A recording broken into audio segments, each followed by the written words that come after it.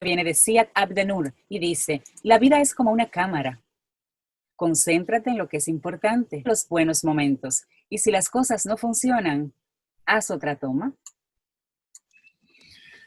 Sí. Me gusta esto. Si no te gusta lo que ves, bueno, haz Vaya a ver. otra toma. Puedes hacerlo. Seguimos Es una avanzando decisión. aquí en Camino al Sol. ¿Y qué nos enseña el 2020? ¿Qué podemos hacer mejor en el 2021? Hoy, en este segmento, queremos invitarte a mejorar nuestro proceso de toma de decisiones. ¿Y quién estará a cargo de este tema? Bueno, una mujer que es especialista en negociación, liderazgo transformacional, comunicación estratégica, bienestar y productividad, y desde que llegó a Camino al Sol fue para quedarse. Sharon Aycoumano. Buenos días y bienvenida, Sharon. ¿Cómo estás? Muy buenos días, Rey, Cintia, Sobeida. Feliz, muy contenta y creo que estos espacios que nos permiten reflexionar sobre las oportunidades, sobre las cosas buenas, sobre las buenas tomas de la Cámara este año y sobre aquellas que quizás quedaron un poco borrosas o con alguna imperfección, ¿qué podemos hacer para que en la próxima oportunidad, en la siguiente toma, salga un poco mejor? Así es. Buen día, Sharon. Siempre es bueno verte. Y queremos preguntarte, Sharon, ya estamos celebrando nuestros últimos programas de este 2020 y el tema propuesto para hoy es eso. ¿Cuáles han sido los aprendizajes y las enseñanzas? Y pudiera ser una pregunta quizás un tanto reiterativa para todos nuestros colaboradores, pero tomando en cuenta en que cada uno de los que colaboran en Camino al Sol tienen una visión de la vida tan interesante, tan profunda, tan rica, pues nunca las respuestas se parecen siquiera, porque están conectadas con tu experiencia personal. ¿Qué nos enseñas? ¿Qué te llevas de este 2020? ¿Qué se lleva la humanidad de este 2020? Muchísimas. Y esa pregunta acerca de qué aprendemos en el año 2020, sin duda es una pregunta importante y que tiene que estar sobre la mesa para todos nosotros. En lo personal he hecho esa reflexión y la coloco en dos dimensiones, como siempre hago, en el plano personal y por supuesto también en el plano profesional. Como consultor y coach en diferentes organizaciones, bien importante el proceso de toma de decisión. La toma de decisión es fundamental por diferentes razones. La primera es porque tiene mucho que ver con el tipo de pensamientos que rodean la decisión. Por supuesto, también los pensamientos nos llevan a algunas emociones, a unas acciones probablemente como producto de la decisión. Y como sabemos, la reiteración, la repetición de las acciones nos lleva a hábitos. Y esos hábitos, en definitiva, a nuestro destino. Eso suena fuerte e intenso, pero lo comulgo con eso plenamente. Creo que nuestros hábitos y nuestras decisiones van moldeando, van definiendo posiblemente nuestro futuro, nuestro destino y también las posibilidades de desarrollar nuestro potencial. Por eso, dedicar unos minutos a entender, a reflexionar en qué consiste ese proceso de toma de decisión. Me refiero al proceso que nos lleva finalmente a decidir una cosa u otra. ¿Cómo es ese proceso? ¿Qué hacemos? ¿Es espontáneo, es improvisado, está en base a hábitos y rituales pasados? ¿O me detengo y reflexiono? ¿Ante qué procesos, ante qué circunstancias yo decido incursionar en un proceso más amplio y profundo y en cuáles actúo de manera más automática e inconsciente? Y yo creo que este año 2020, como en definitiva nos puso en pausa en muchos aspectos, nos solicitó que ese proceso fuera mucho más profundo y mucho más dedicado. Por eso quisiera hoy reflexionar acerca de quizás 4 grandes puntos que nos pueden ayudar de cara al 2021 a que cuando iniciemos un proceso de toma de decisión personal o profesional, sea un proceso del cual salgamos satisfechos. Es decir, finalmente la decisión, por supuesto, será aprobada con el tiempo, pero que en el momento en que adoptemos esa decisión nos sintamos mucho más seguros, mucho más confiados y con la esperanza positiva de que los resultados de esa decisión sean buenos para nosotros y para los que nos rodean. Sharon, hay una frase que se utiliza con cierta frecuencia, aquello de que no hay decisiones malas o buenas, sino que hay decisiones, que el impacto que tengan esas decisiones es lo que pudiera a lo mejor hacer que nosotros digamos si fue una decisión acertada o no. Tomando en cuenta esto de una decisión que acabo de tomar, pero que internamente sé que es posible que no sea la más correcta? ¿Cómo puedo dentro de esos pasos, dentro de ese proceso, ir despejando mis dudas para tomar una decisión en base a un ambiente de certeza? Es, ese último punto, Rey, ambiente de certeza, es de lo que hemos carecido, ¿no? A lo largo del año 2020. Con relación a la primera parte de tu enunciado, bien, bien interesante, es que el tema de los procesos de toma de decisión se trata fundamentalmente de lo que hacemos ab inicio, es decir, antes de tomar la decisión. Otra cosa, por supuesto, es lo que ocurre post decisión. Post decisión ocurrirán consecuencias, algunas positivas, otras quizás no tanto, y las tendremos que evaluar en base y a la luz de lo que ocurrió, no siempre quizás como lo esperábamos antes de tomar la decisión. Sí. Yo creo que es importante que reflexionemos sobre estos dos momentos. Uno es el proceso antes de tomar la decisión y cómo yo incursiono, cómo inicio este proceso y cómo hago de ese proceso lo mejor que esté en mis manos para que al final pueda influir positivamente en el resultado. Por otro lado, hay un sinnúmero de imponderables, hay elementos que dependen de mí, hay otros que no dependen de mí. Esos elementos imponderables afectarán finalmente las consecuencias. Cuando tú comentas al inicio sobre que no hay decisión buena o mala, sin duda que depende mucho de la perspectiva que lo hagamos. ¿Cuál es el impacto que tuvo mi decisión? ¿En qué personas? ¿En qué contexto? Desde el punto de vista financiero, ¿cómo afectó a la organización esta decisión? Desde el punto de vista emocional y humano, ¿cómo afectó esta decisión? Desde mi punto de vista personal, ¿cuáles fueron las consecuencias para mí de esta decisión? Siempre podemos, en base a la reflexión que ustedes incluso compartieron al inicio, pensar que de todo se aprende, incluso de las consecuencias negativas o de las malas decisiones, por lo cual podríamos decir que incluso una mala decisión o una consecuencia negativa nos deja un aprendizaje. Y en ese sentido compartiría contigo ese enunciado de que no hay decisión buena o mala. Sin embargo, si lo ves desde otra luz, podemos ser mucho más objetivos y neutrales en el momento en que se toma esa decisión y pensar, ¿cuál es ese impacto que tiene en el corto, mediano y largo plazo en diferentes dimensiones? Desde el punto de vista organizacional, por ejemplo, hay muchos instrumentos cuando se hacen las planificaciones estratégicas. Temas como, por ejemplo, el análisis PESTEL, el análisis FODA, el Canvas. Entonces, hay muchas herramientas a través de las cuales tú observas una organización con diferentes dimensiones: financiero, competencia, el mercado, el cliente, el recurso interno. Cuando haces el estudio desde el punto de vista personal, hay una herramienta maravillosa que es el círculo de la vida, en donde divides este círculo en diferentes triángulos o espacios a los que tú consideras tienes que dedicar tu vida y tu tiempo. Entonces puedes colocar carrera, pareja, crecimiento personal, apoyo a la comunidad, etc. Son las áreas que tú decides.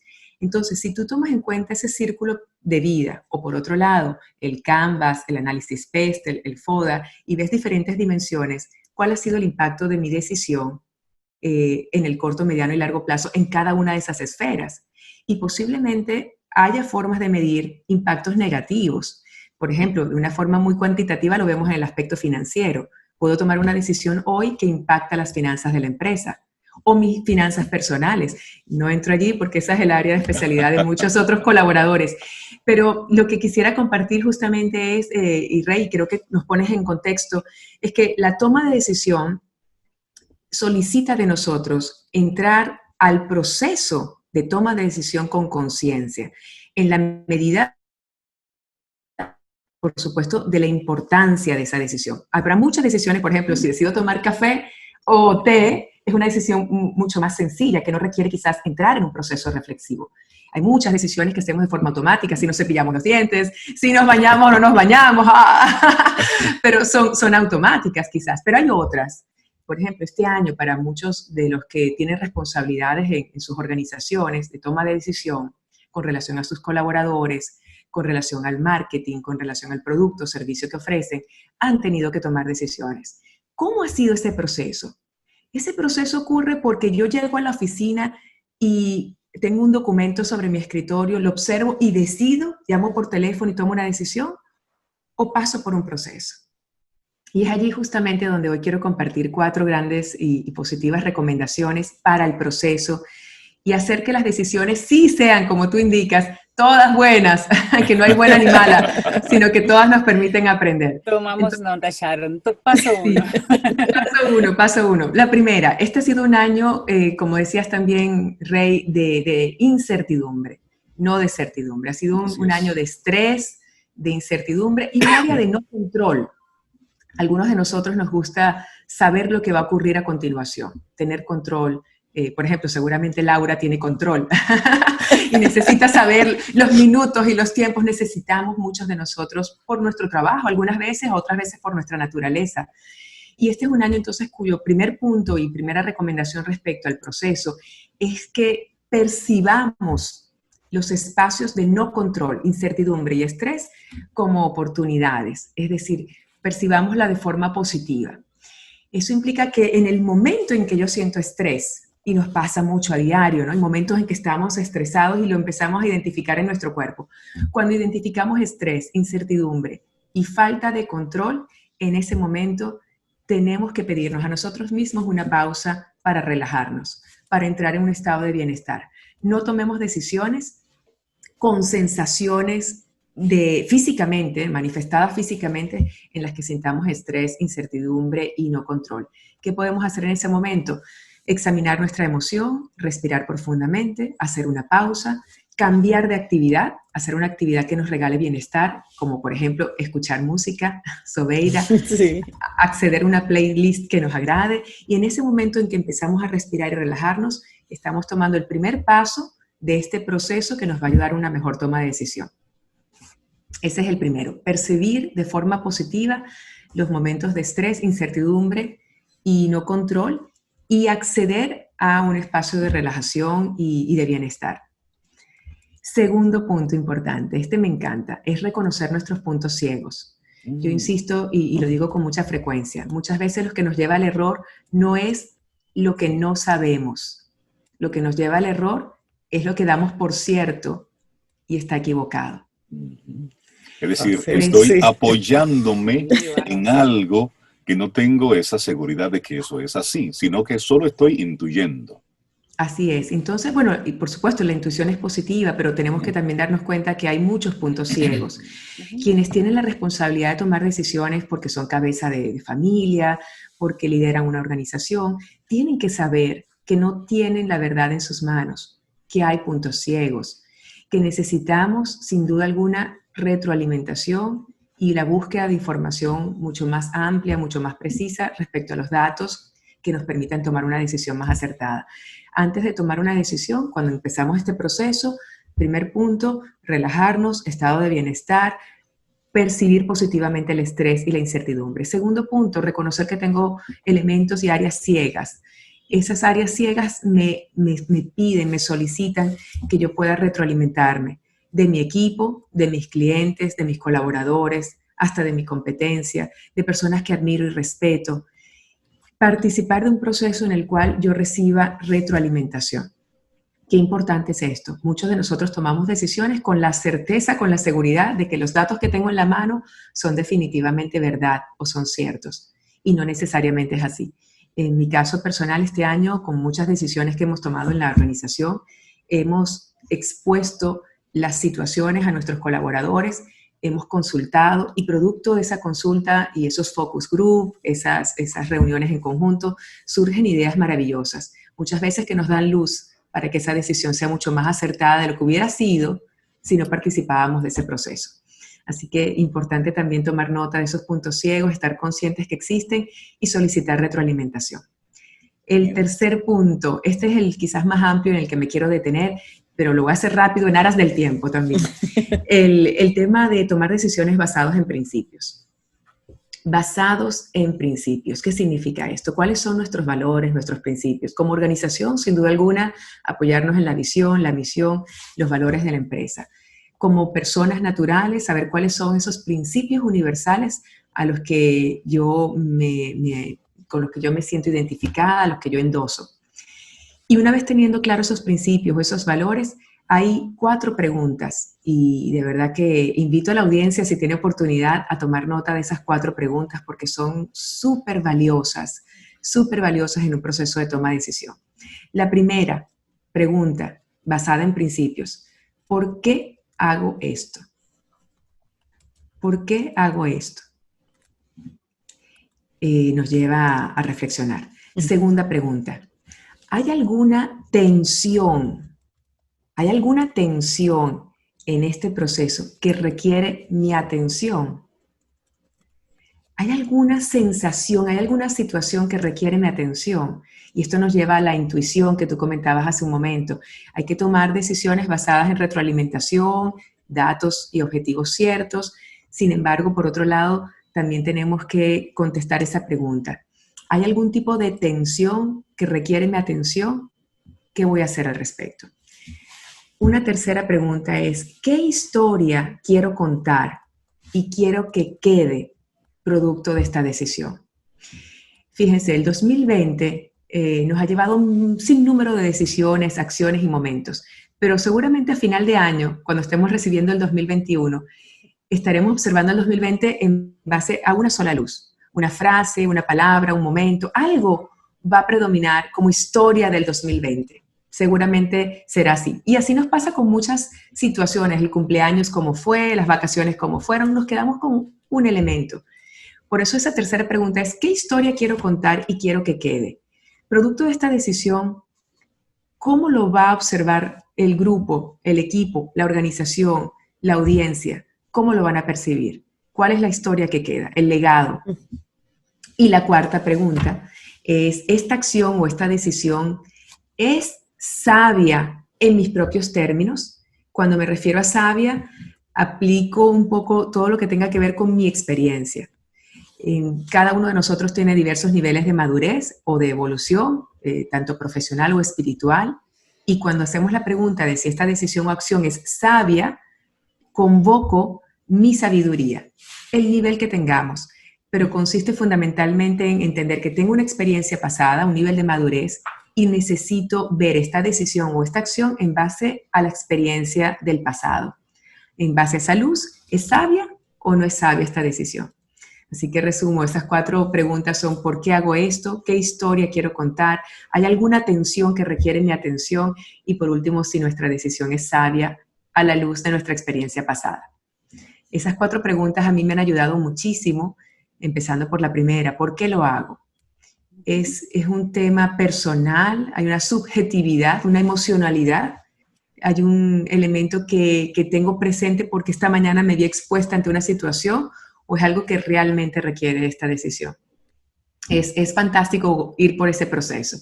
Y la última recomendación, ya no parte de la tercera, que es basada en principios, es la misma que ustedes compartían hace un momento en la reflexión sobre el aprendizaje. Y a mí me encanta este enunciado.